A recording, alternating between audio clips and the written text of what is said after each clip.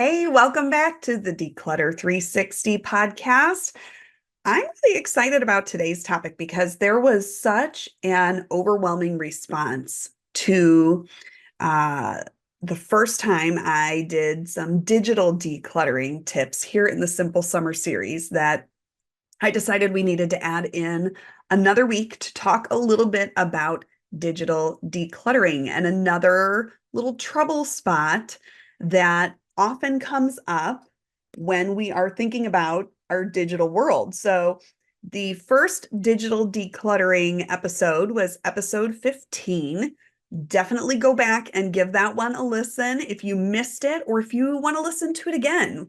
We were talking about decluttering our camera roll, our photos and things in our phones. We also talked about our email and how one simple tip that you have now added to your decluttering toolbox can help you reduce or even eliminate that extra clutter in those areas to not only help your phone operate more optimally and help your email inbox save some space for those important incoming emails that you want to get and see, but also just to help free up some of that mental space for you as well. And so today I thought we would take a look at your phone and the apps that are on your phone. Okay, so we're looking at kind of those home screens and all those different screens that we swipe through trying to find apps.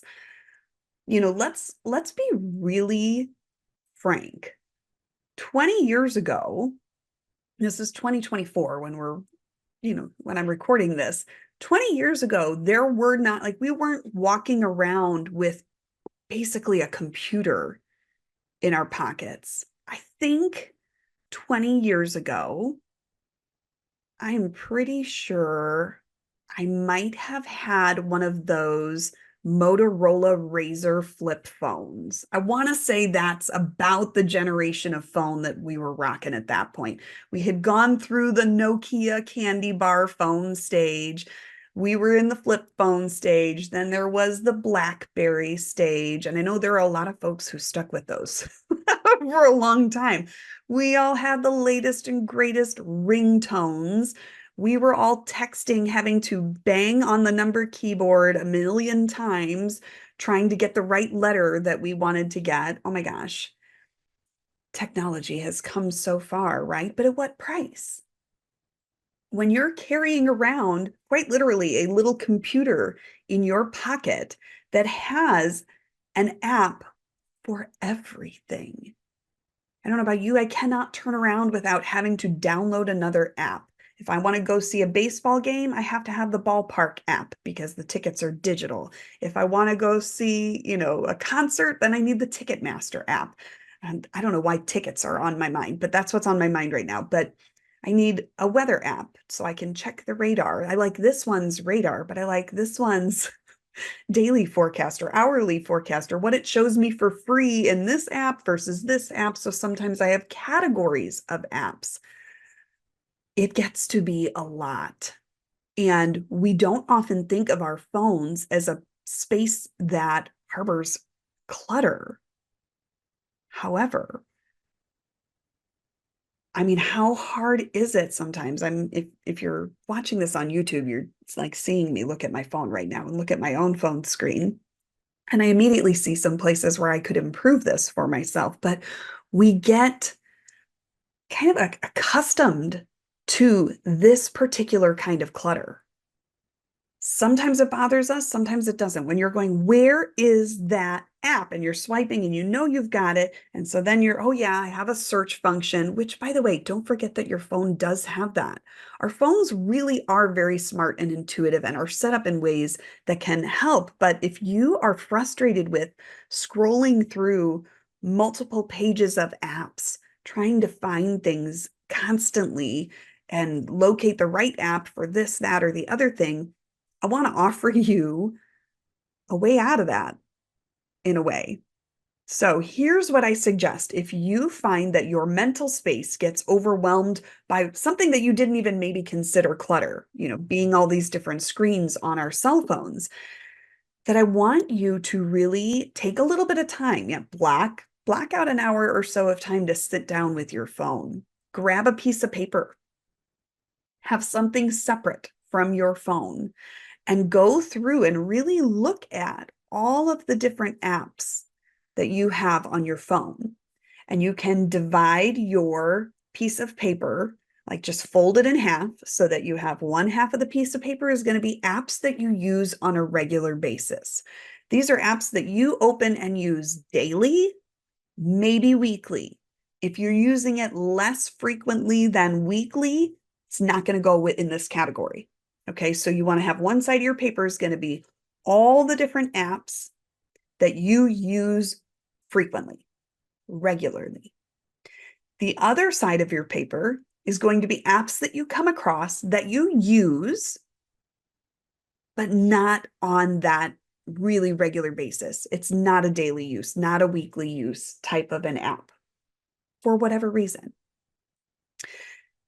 We are not creating, notice this, we are not creating a category for apps that you no longer use, or that you can't remember the last time that you used, or that you're thinking, well, I'm going to keep it on my phone because what if I need to use it again?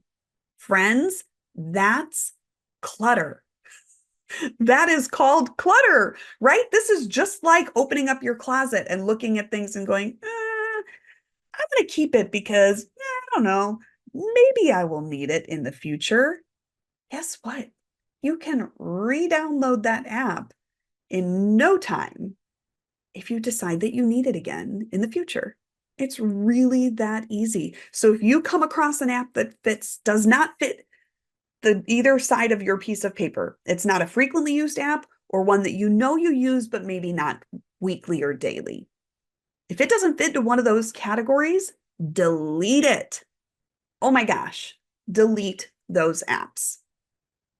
If you have an app that, and because this is something that I've heard from a client before, well, I have this app that came with my phone, right? I have an Apple iPhone. So I have, there's certain apps that are preloaded on a brand new iPhone. I don't know. Can I delete that? Can I get it back? Yeah, you probably can get it back. But if that's going to cause you a lot of strife, put all of those kinds of apps into one single folder. Create one little group for all those apps, put it on there, and then put it on the very last page of your apps. These are like your ICE apps. Have you ever heard the ICE acronym? In case of emergency.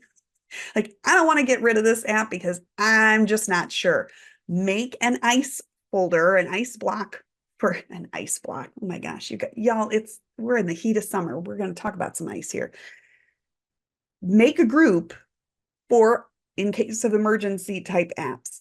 Plug them all in, stick them in the very back of your phone. You don't need to be scrolling past those apps every day, all day, every day, trying to get to other things. Then what you're going to do is you're going to take all of those apps that you know you use, especially apps that you use daily, but apps that are on that side of the paper that are your frequently used app, you're on your frequently used app list, you're going to take those and make sure that all of those apps come over to your homepage. Then you can create categories for them. So if you have a couple favorite weather apps that you like to use, maybe for different reasons or different times, put them all in a weather folder. If you have several social media apps that you like to use and you do use them all and you enjoy using them all, put them all together in a social media folder. That cuts down on some of that visual clutter.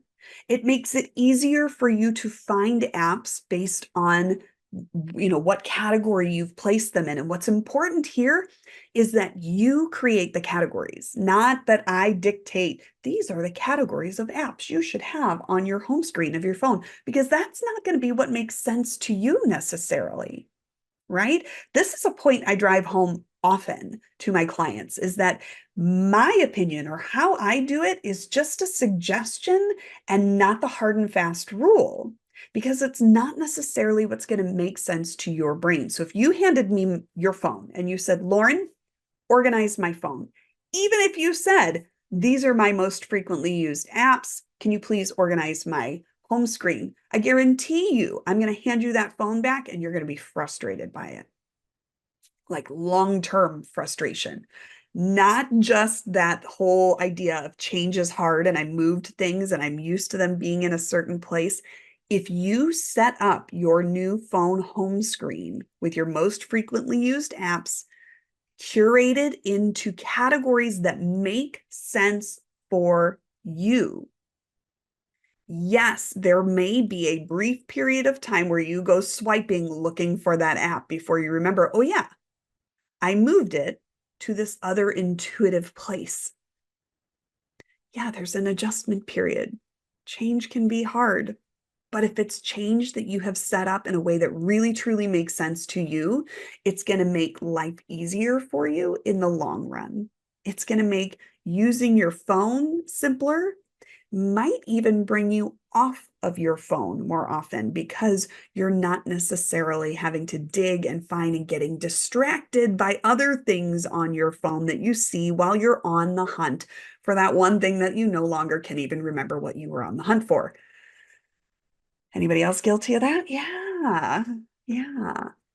So I want you to take some time this week to take out that piece of paper, fold it in half, get all your apps listed out, move them around on your phone, play with it a little bit, set up some intuitive groupings for your apps so that it's easier for you to use and get to the things that you are using most frequently on your phone. I promise you, it's going to free up some mental space for you, and you are going to love it. All right, friends, come on back next week where I'll be sharing another tip to add to your toolkit as part of our Simple Summer series. Have a good one.